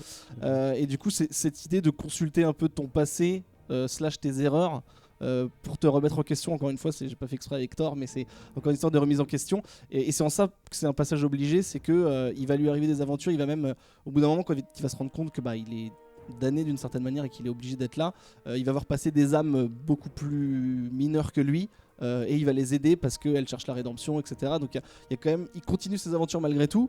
Au niveau éditorialement parlant, quand on a appris que Hellboy mourait, on s'est dit on s'est jeté par terre, mais au final ça reste une aventure de plus. Je vous spoil pas la fin, je vous dis pas si comme Orphée et Ulysse y remontent, mais en tout cas je trouve que, bon, j'ai même pas parlé de l'artistique, on sait que Mignola c'est un dieu vivant, mais c'est vraiment extrêmement poétique, c'est très beau, ça pose des questions, en plus quand on aime le personnage, il part sur des terrains qu'on n'a pas forcément explorés dans les aventures d'avant, qui étaient soit un peu plus légères, soit un petit peu plus cryptiques, ou pareil, à l'image d'Homer, on avait le droit à l'interprétation, et puis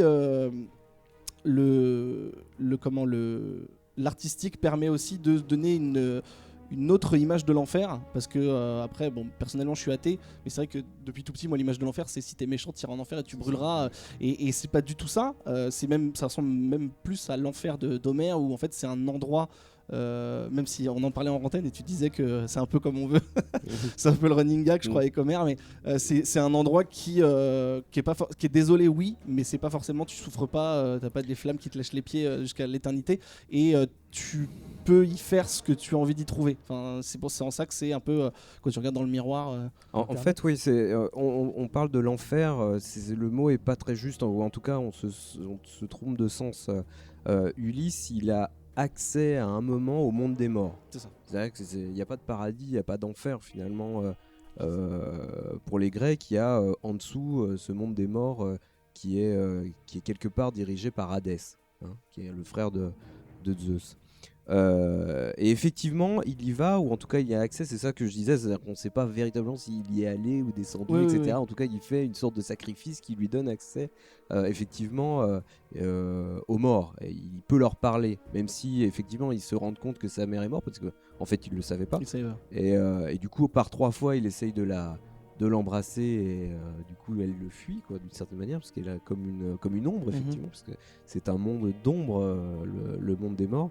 Et effectivement il va s'apercevoir, c'est à ce moment là qu'il rencontre Achille, et c'est à ce moment là qu'Achille fait finalement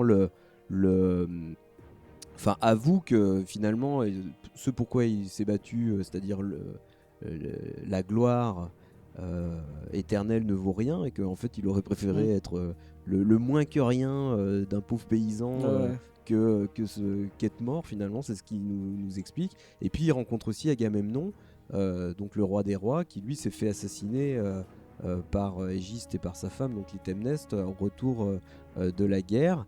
Il nous donne accès à tout ce monde-là pour un but bien précis, c'est-à-dire qu'effectivement il y va pour rencontrer Tirésias, donc un devin aveugle, qui va lui expliquer comment finalement rentrer chez lui, et j'allais dire, c'est pas géographique, c'est comment finalement en finir avec la colère de Poséidon. Oui, c'est plutôt parce qu'il y a un grand moment dans l'Odyssée que tout le monde connaît, c'est qu'en fait il aveugle le cyclope Polyphème pour pouvoir partir. Sauf que Polyphème, c'est le fils de Poséidon. Et à ce moment-là, Poséidon est très fâché contre Ulysse, et c'est lui qui va commencer effectivement à accumuler quelque part les épreuves. Et donc Tirésias va lui expliquer, c'est un des éléments qu'on voit dans l'exposition à la fin, là, cet aviron doré, là, c'est une référence à cet épisode bien particulier où Tirésias lui explique que pour interrompre cette fureur quelque part du dieu, va falloir que tu repartes on sait pas trop où, mais dans un pays, tu prends une rame ou un aviron que tu mets sur ton épaule, et tu pars dans les terres, et jusqu'à ce que tu rencontres des personnes qui n'ont jamais vu la mer et qui confondent cette rame ou cet aviron avec une pelle à vanner. Et à ce moment-là, tu fais un sacrifice pour Poséidon, et là, sa fureur, finalement, les comptes seront mis à zéro. Vous serez quitte une fois que tu leur as fait que ce soit les enfers ou pas, c'est quand même décrit comme c'est un décor assez glauque, désolé, un peu. Non, pas spécialement. Enfin, c'est pas. C'est un royaume des ombres. Hein, ouais, donc, c'est ça, effectivement, vaut mieux être vivant. Mais c'est un peu ce que Achille nous dit. Non, mais voilà. Vaut mieux être vivant. Non, mais parce qu'en antenne, tu m'as dit par rapport à Hellboy en enfer, tu m'as dit que t'avais trouvé ça un peu glauque, ou en tout cas un petit peu dark. Il est.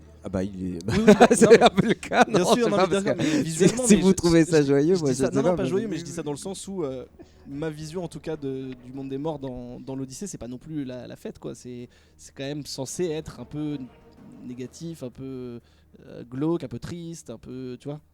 Oui, mais c'est le cas. Et effectivement, on sent bien qu'il y a j'allais dire cet imaginaire, mais qui dépasse bien Homère, hein, d'une certaine manière, sur ce rapport effectivement à l'au-delà, et ce rapport à un monde souterrain qui est quand même glauquissime, quoi. Je vais juste rajouter un tout petit truc, je le dis dans toutes les émissions dans lesquelles je parle de Mignola, mais un des trucs qui est très intéressant avec cet auteur qui pour moi est vraiment génial, c'est qu'il s'abreuve de tout, en fait, des contes, des légendes de n'importe quelle ethnie, de n'importe quelle origine, il connaît toutes les mythologies, etc. Et ce qui est intéressant, c'est que dans le Hellboy en enfer, même si effectivement, comme l'a bien dit Luc, l'enfer c'est plutôt l'enfer, le paradis, c'est plutôt le christianisme, enfin l'idée est comme ça. Il l'a appelé comme ça parce que c'est aussi dans la culture, mais quand il y va, c'est pas forcément la représentation qu'on connaît. Il fait des mélanges. À un moment, il parle de Charon ou Charon, je sais pas trop comment on dit, qui appartient à la mythologie grecque. Tu vas voir un truc qui appartient à la mythologie scandinave, pas scandinave, des pays de l'Est. Et en fait, c'est intéressant parce que du coup, il crée sa propre mythologie depuis 20 ans. Et donc, c'est son enfer à lui. Et c'est assez agréable, justement, après, en potassant sur la mythologie grecque, de dire tiens, j'aurais pas eu la référence. Et du coup, tu vois qu'il vraiment il pioche ici et là. Ça débloque des trucs. Ouais, c'est hyper cool. Non, du coup, tu l'as dit du coup, mais je voulais réagir par rapport à l'enfer qu'on peut voir dans la version homérique, et qui est pour nous une représentation très chrétienne. En fait, on a plus la représentation de l'enfer de Dante, qui est finalement une punition divine de Dieu, plutôt qu'un instrument en fait de punition de Dieu, plutôt qu'un véritable enfer comme pourrait l'être le monde où les humains vont après la mort, en fait. Même s'il y a Satan, je spoil, il y a Satan dans Hellboy en enfer. Oui, Hellboy reste un démon, ça paraît logique en soi. Alors on parle d'au-delà beaucoup, on va parler de comment est-ce qu'un héros finit sa vie, sa mort. C'est toute la thématique d'un comics, d'un arc narratif qui s'appelle Civil War, que vous avez peut-être vu au cinéma, mais oubliez ça parce que c'est pas ce sur quoi on va se baser. Et c'est ça que tu nous parles, Zef. C'est sorti quand déjà? C'est 2008? Alors, je sais pas Civil War en soi, c'est les séquelles de Civil War. Parce que D'accord. Civil War en fait, ça arrête pas, ne fait Ça pas n'a la pas mort d'impact, de Captain America, dont je vais parler. En fait, Spoiler. j'ai déjà un peu spoilé dans la partie précédente en parlant de Jean Grey, mais finalement, devenir un héros et pour que l'histoire du héros traverse les âges et devienne un culte, le héros doit mourir d'une façon ou d'une autre. Pour qu'il devienne une forme de dieu, pour qu'il atteigne l'anabase dont je parlais tout à l'heure, et pour que son combat puisse devenir une idéologie ou une légende, la mort doit faire partie de l'histoire. Donc elle ne marque pas la fin de l'histoire, mais bien au contraire, ça peut être un nouveau départ, ça peut être une naissance, voire une renaissance de la cause que le héros défendait en lui-même. Ça signifie souvent que la cause pour laquelle se battait est tellement importante qu'elle est à l'origine de sa mort et de son sacrifice. Donc on va pas forcément parler de mort en tant que telle, mais de sacrifice de soi, un peu comme Hector qui finalement va devoir se sacrifier pour défendre son honneur en combattant Achille et en mourant comme une merde. Donc j'ai déjà évoqué le cas de Jean Grey pour le sacrifice et la mort afin de sauver des vies, c'est ce qui est assez parlant en soi. Mais là je vais parler donc de la mort d'un autre super-héros. L'un des plus connus pour les Américains et pour nous bien évidemment, dans une histoire du fantastique Ed Brubaker débutant en avril 2017 jusqu'en novembre 2018, faisant suite au très bon Civil War de Mark Millar, qui est finalement une de ses séquelles, une séquelle de Civil War, vous m'avez compris, bien sûr. Suite. Voilà. Je parle ici de la mort de Captain America, donc qui est la suite, une des suites de Civil War. Donc, pour replacer dans les faits, Civil War, c'est un des moments des plus marquants de l'univers Marvel dans les années 2000. Il va représenter la division des héros et des vilains, d'ailleurs, ça c'est intéressant. Le Registration Act que Tony Stark, alias Iron Man, défend pour protéger les Américains contre les super pouvoirs, contre les héros eux-mêmes, et que Steve Rogers, alias Captain America, combat parce que pour lui c'est un véritable acte de trahison, parce que c'est finalement faire ce qu'ont fait les nazis en 40, c'est-à-dire finalement faire une liste des personnes qu'on doit abattre si besoin en fait. Donc le combat va durer extrêmement longtemps et pour l'acte final du combat, en fait, on est au cœur même de New York City. Donc les plus grosses teams de vilains et de super-héros sont réunis ici pour se taper sur la gueule. On est à un tel point de haine et de division que même Red Richard et Susan Storm, donc qui sont mari et femme à la base, vont l'être l'un contre l'autre et pas forcément vont se taper dessus, mais au moins ne sont pas dans la même team. Ils vont défendre leur position. Donc le combat fait rage et pendant que Iron Man et Captain America se tapent sur la gueule, Captain America prend le dessus sur Iron Man, ça on le sait, c'est normal, et il est prêt à gagner, il est au-dessus de lui, il a son bouclier au-dessus de la gueule. Stark lui dit vas-y achève-moi, c'est la fin. Et en fait au moment où il se pose la question de ce qu'il doit faire, il est arrêté par des policiers, par des ambulanciers, par des pompiers, par des civils qui vont se jeter sur Captain America et lui bloquer les bras et les mains et lui dit ah, je suis là pour vous, je suis là pour vous aider. Et en fait ils disent non man tu déconnes, tu fais de la merde. Et en fait, à ce moment-là, il y a un blanc et Captain America en fait se rend compte de ce qu'il vient de faire, en fait, ce qu'il est en train de faire. Il est en train de détruire absolument tout ce qu'il défendait, tout ce qu'il représentait, tout. Il est au corps de New York City. Il est en train de détruire une des plus belles cités du monde dans une guerre qu'il mène sur le sol qu'il a juré de défendre à la base. Donc c'est quand même assez antinomique. Et là, il s'arrête tout de suite. Il se rend aux autorités avec une phrase qui va prendre tout son sens pour un héros. Il dit c'est pas Captain America aujourd'hui qu'on arrête, c'est Steve Rogers. Et à ce moment, on est dans la catabase de Captain America. C'est-à-dire qu'en fait, c'est sa propre descente aux enfers. Il vient de détruire tout ce qu'il défendait. Et dans la séquelle de Ed Brubaker, en fait, ça reprend exactement là où Civil War s'arrête. C'est-à-dire Captain America monte dans une voiture de police avec menotté. Ed Brubaker reprend le récit. Il descend d'une voiture de police. Il est devant le tribunal. Il va être jugé. La foule est amassée dehors avec chacun son idée de savoir si c'est un traître ou c'est justement un défenseur ou un héros. Et pour redevenir un héros, pour redevenir l'idéologie qu'il défendait, en fait, ou une légende, il doit mourir à ce moment-là. Et c'est assez intéressant puisque il monte les marches du tribunal et un sniper tire une balle, il prend une balle en plein cœur, il tombe à terre, il n'est pas encore mort, c'est un héros, faut pas déconner. Et là, en fait, il prend 3 ou 4 balles de quelqu'un proche de lui. Je vais pas dévoiler l'histoire parce que pour le coup je vous invite à le lire, c'est vraiment dans le premier issue mais c'est assez affolant. Et en fait il prend 4 balles en plein cœur à bout portant et il meurt là. Il est amené à l'hôpital mais rien n'y fera, il va mourir ici.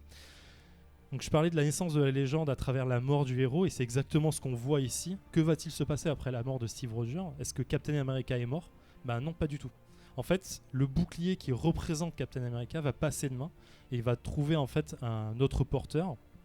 Son idéologie et ce pourquoi il se bat passe à un autre bras, c'est celui de Bucky Barnes, donc le sidekick qu'il avait dans les années 40, qui était le soldat de l'hiver pour ceux qui connaissent. Et de là en fait le héros va complètement renaître parce qu'il va continuer son combat. Il va de fait, le héros de Captain America va devenir vraiment immortel puisqu'il c'est plus la personne qui tient le bouclier mais le bouclier lui-même qui est l'idée en fait du héros et l'idéologie du bien en fait. Et après au-delà de ça, au-delà de Ed Brubaker, on va avoir d'autres passations de bouclier. Il y a aussi Falcon qui va reprendre le bouclier Captain America. Donc c'est une forme de passation, une forme d'idéologie en fait qui transcende l'humanité elle-même. Là, on transcende le héros pour devenir finalement une vraie légende et un vrai mythe. Voilà, je vous invite à le lire. Il y a 3 tomes. Je crois que ça fait 25 numéros en tout. C'est absolument affolant. C'est une histoire qui fait chialer clairement. Donc voilà, si vous voulez. Alors 25 numéros, n'ayez pas peur, c'est vraiment pas beaucoup. Hein. Dites-vous qu'il y a une vingtaine de pages dans un numéro, et vu que il y a quand même beaucoup de dessins, ça se lit très vite. Donc non, c'est comme le. C'est Brubaker, c'est assez verbeux. Ça va vite. Hein. Le run de Thor dont on parlait tout à l'heure, God of Thunder, c'est 25 issues. Voilà, c'est pareil, mais ça se dévore franchement bien plus rapidement. De toute façon, ça n'existe pas encore en intégrale, donc vous pouvez au moins acheter 1 ou 2 tomes, tu vois. Oui, puis non, vraiment, c'est bien, j'insiste. Luc. Oui, alors il y avait beaucoup de choses à dire sur ce que ça évoque pour moi en tout cas. Ouais. Sur la question de la mort, effectivement, c'est bien de revenir sur celle d'Hector hein, qui effectivement meurt comme une merde. Si on veut, il y va, il sait si on veut, mais enfin, c'est pas comme une merde apparemment. Il s'est battu pour l'honneur. Bah non, mais il s'est battu. Après, effectivement, il a son combat face à face. Le pauvre. Ouais. Non, bah, de toute façon, il pouvait pas faire autrement que perdre. Quoi. Non, en fait, c'est ça le truc. Donc il meurt comme une merde si tu veux. Mais enfin, il pouvait. Le pauvre, il pouvait pas. Enfin voilà. En tout cas, il finit par affronter son destin. Avant ça, il a fait 3 fois le tour de la ville. L'autre lui courait après. Mais enfin, à la fin, il s'arrête et effectivement, il affronte. Achille. Alors, ce qui est très marrant pour nous aujourd'hui, c'est qu'effectivement qu'on attend, c'est quand même le clash ultime, effectivement, de l'Iliade quand même, Achille vs Hector. Donc on s'attend à un truc énorme, comme dans un film où ça dure 10 minutes, etc. Bah non, pas du tout. Achille il balance sa lance, l'autre il la prend, il est mort. Et c'est fini. Et j'allais dire, l'histoire est plus par rapport à la question du traitement du corps d'Hector par la suite. C'est-à-dire que Achille, il est tellement fou que ça lui suffit pas de le tuer. Il faut encore qu'il maltraite son corps parce qu'il lui a fait vraiment très très mal au cœur en tuant son compagnon. Ça c'est certain. Et donc il va le traîner. À travers derrière son char, autour de la ville, autour du tombeau de Patrocle. Et ce qui est intéressant, c'est que, et ça rejoint un peu ce qu'on s'est dit sur la question de la conscience, c'est que les dieux eux-mêmes sont scandalisés par ce que fait Achille, et donc ils vont susciter chez Priam, donc le père d'Hector, le roi de Troie, le mouvement absolument fou, de dire va réclamer le corps de ton fils dans la tente. Et donc en fait il l'incite et puis même ils le conduisent, et donc c'est ce qu'on voit dans l'expo à un moment, c'est-à-dire qu'il va de nuit chez les ennemis dans la tente d'Achille pour lui donner une rançon et pour récupérer le corps de son fils pour pouvoir lui donner les rites funéraires, parce que c'est ça qui est très important, hein. On parlait des enfers tout à l'heure, c'est d'avoir le rite et surtout de faire des funérailles comme il se doit. Ça c'est vraiment très très important. Et finalement, il y a un tableau qui le montre bien, c'est à ce moment-là où les ennemis, finalement, Achille au moment se rend compte que Priam en fait c'est son père. Et c'est exactement la même chose, et que effectivement c'est la guerre, et donc quelque part on haït son ennemi, mais que l'ennemi est un autre soi-même. Et il y a ce moment très très fort où effectivement il y a cette prise de conscience là chez Achille, donc ils pleurent tous les deux, machin, ils mangent, et à la fin il lui rend le corps de son fils, et surtout, et ça c'est très beau, il lui dit combien de temps tu as besoin pour rendre pour des funérailles dignes en fait pour Hector. Priam lui dit 12 jours, très bien, j'arrêterai la guerre pendant 12 jours. Et en fait l'Iliade, alors donc on a les funérailles d'Hector derrière, et l'Iliade finit là-dessus sur quand même un grand moment de littérature et un grand moment de prise de conscience d'autres choses qui correspondent assez bien à ce que tu viens de dire d'une certaine manière. Voilà. Alors, on pourrait parler du bouclier d'Achille, par rapport à celui de Captain America, mais là, ça va vous gaver, je pense. Mais il y a quelque chose. Ouais. Non, j'ai l'impression qu'il y a aussi quelque chose sur le concept de Civil War où tu as deux équipes qui s'affrontent, qui sont pas d'accord. Et en fait, c'est ce qu'on disait tout à l'heure, c'est comme la guerre de Troie, on ne sait pas quel camp choisir. Il n'y a pas de méchant. Réellement, c'est que ce soit Team Captain, Team America, finalement, ils ont chacun leur histoire, chacun leur raison d'être dans leur camp. Et finalement, oui, c'est un peu le même conflit qu'il y a entre Alors, encore plus que Homer nous explique pas l'histoire, pourquoi ils se battent. C'est-à-dire que, il l'expo le montre, c'est-à-dire que toutes ces questions du jugement de Paris, c'est tout, en fait, ont été racontées par d'autres poètes qu'on a un peu complètement oubliés. D'ailleurs, même les poèmes eux-mêmes, on les a plus. C'est-à-dire qu'on n'a que des résumés qui nous expliquent vaguement cette histoire. C'est-à-dire qu'au fond, on ne sait même pas pourquoi ils se battent, on ne sait même pas ce qui les distingue. C'est-à-dire que pour rappel, ils parlent la même langue, c'est-à-dire qu'ils se parlent, ils ont les mêmes dieux. C'était une guerre civile. Non, mais ça aurait pu. D'une certaine manière, mais en tout cas, c'est vrai que c'est assez bizarre aujourd'hui de se dire ça, c'est-à-dire qu'ils se combattent à mort, vraiment, ils se détestent, mais en fait, ils sont pareils, quoi. Et oui, par rapport au bouclier, enfin là, on parlait de mort, enfin Zef, tu parlais de mort. Mais en réalité, quand tu parles du bouclier qui se transmet enfin pas forcément de génération en génération, mais en tout cas je sais pas comment dire, juste la personne qui le ramasse en fait devient l'incarnation des valeurs de la personne qui les avait avant et ainsi de suite. Est-ce que c'est, je te pose la question, mais est-ce que c'est de l'immortalité ou de la renaissance ? Pour moi, c'est une forme d'immortalité. Ouais. Après, la renaissance, ce serait finalement la reprise d'une conscience d'un... Je sais pas, quelle est vraiment la différence ? La renaissance, ce serait non, c'est l'immortalité, parce que le cas d'une renaissance signifierait en fait un arrêt. Ouais. Un arrêt de quelque chose. C'est-à-dire, imaginons que Captain America meurt, il n'y a plus de Captain, il n'y a plus de défenseur de la justice pendant un certain temps, et au moment où il revient, là c'est une renaissance, parce que c'est le même personnage, c'est la même idéologie qui est revenue, à mon sens. Après, c'est mon interprétation. Parce que le monde des comics a un gros problème pour tuer les personnages définitivement. Donc, oui, c'est une maladie. Okay. Est-ce que quelqu'un voudrait ajouter quelque chose ? Poser une question à notre co-commissaire, parce qu'on approche de la fin de cette émission. Co-commissaire, c'est marrant. Eh bien, ce sera coupé au montage. On arrive à la fin de cette émission. Retrouvez cet épisode et tous les précédents sur iTunes et Spotify, mais aussi dans vos applis de podcast comme Apple Podcast, Podcast Addict ou encore Pocket Cast. Prochain épisode le vendredi 26 avril 2019, dans lequel nous recevons Dedo. Vous savez, c'est le grand comédien qui s'habille en noir là. Il viendra nous parler de la sortie de son tout premier comics. En fait, j'ai dit tout premier, c'est bien le cas, c'est le premier. Hein. Ouais, oui, c'est une BD, mais c'est hommage aux comics. Voilà, et puis on peut dire comme c'est très large, ça s'appelle White Spirit. Des dessins, des textes, des images. Voilà, je capique. C'est pareil. Vous pouvez nous suivre sur les réseaux sociaux, sur Twitter et Instagram @comicsoutcast. Et nous avons également un groupe Facebook qui s'appelle le Bouya Comics Club. Bouya s'écrit BOUYAH. Je n'ai pas envie qu'on me demande pourquoi, parce que je ne me rappelle même plus quel est l'historique de ce mot. C'est Joe qui l'a crié la première fois et ça vient de tu fous ma gueule, j'ai fait un questionnaire dessus. Dans lequel on discute avec nos auditeurs de nos lectures.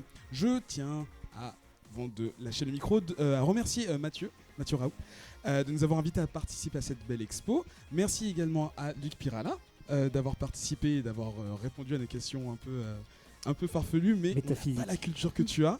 Merci au Louvre-Lens de nous avoir accueillis et à Guillaume de nous avoir fait la visite avant d'enregistrer l'émission. Et merci bien sûr à tous les chroniqueurs d'avoir préparé et organisé le contenu de l'émission. Et merci à vous d'être venus nous voir et nous écouter. Et bis à Julien et Cindy, ils savent que je les aime beaucoup. Voilà, c'est tout. Ouais, non, j'ai rien d'autre sur mon conducteur. Merci à tous. Et à bientôt. Ben, tu veux ajouter quelque chose ? Oui, non, je voulais juste te dire, parce que effectivement, c'est à l'initiative de Mathieu, qui est un bon ami, et qu'on a répondu à l'appel. Mais très agréablement surpris. Enfin, je suis pas spécialement fan des musées, j'ai rien contre non plus, mais j'y vais jamais. Non, mais commence pas comme ça. Non, c'est pas ça. C'est que au-delà de l'expo qu'on a fait ce matin pour pouvoir en parler intelligemment maintenant, qui était super. Et encore merci à Guillaume de nous avoir fait le tour. C'est vraiment, j'ai vu toute la différence entre aller au musée et traîner tes pieds tout seul comme un damné et avoir quelqu'un qui t'explique t'explique et qui te raconte quelque chose, ça change tout, donc vraiment super. Et en attendant qu'on démarre ce matin, on a visité la galerie du temps.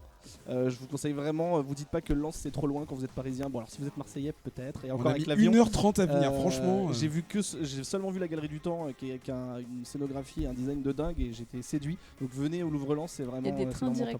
Paris-Lens pour les Parisiens. Ouais. Non, franchement, venez, c'est vraiment super. C'est mieux que pour les Lyonnais. Et merci à Luc, effectivement. Voilà, à bientôt, merci beaucoup. J'avais peut-être. Oh, mais non attends, Bon, vas-y. Normalement, l'outro, pour ceux qui connaissent pas le vrai. podcast, c'est le moment où on parle, où on se détend, où on relâche un peu la pression. Et j'avais une petite devinette que j'aurais pu sortir J'ai à la énormément. dernière émission. Donc une devinette que tout le monde entendra. Hein. Donc est-ce que t'es prêt? Vas-y. Oui. Alors c'est pourquoi est-ce que en général les gens ont peur d'aller rendre visite aux Teen Titans? Il se pose de façon majestueuse sur sa Il y a un chaise. rapport avec les titans dans la mythologie ou pas? Pas du tout. Ah mince. Il y a un rapport avec les titans, genre la famille de Thanos? Pas du tout. Il y a un rapport avec les Teen Titans. Même Teen Titans Go, on peut voir à la télé. Je Allez, l'ai pas. je vous donne, c'est parce que leur quartier général est en T. Oh. Ah, Voilà avec quoi je travaille. avec le À sachet. bientôt tu et veux dire merci. Allez, j'y vais.